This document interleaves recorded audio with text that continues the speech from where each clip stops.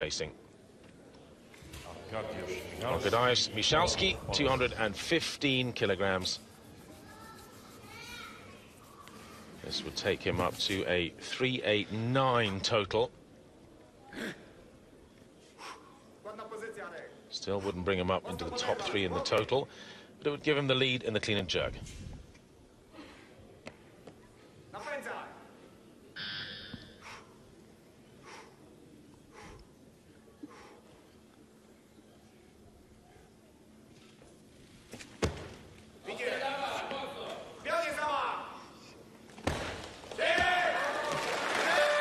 Comfortable, really comfortable. Surprised he only took a 4-kilo increase there. I think then it's, it's a fine line, isn't it, between good lift and bad lift. A good lifter will make it look effortless almost. Well, he's gone into first place at the moment in the clean and jerk. He's still got one reply lift to go. See what the others do. 221's his personal best. He's not going to be troubling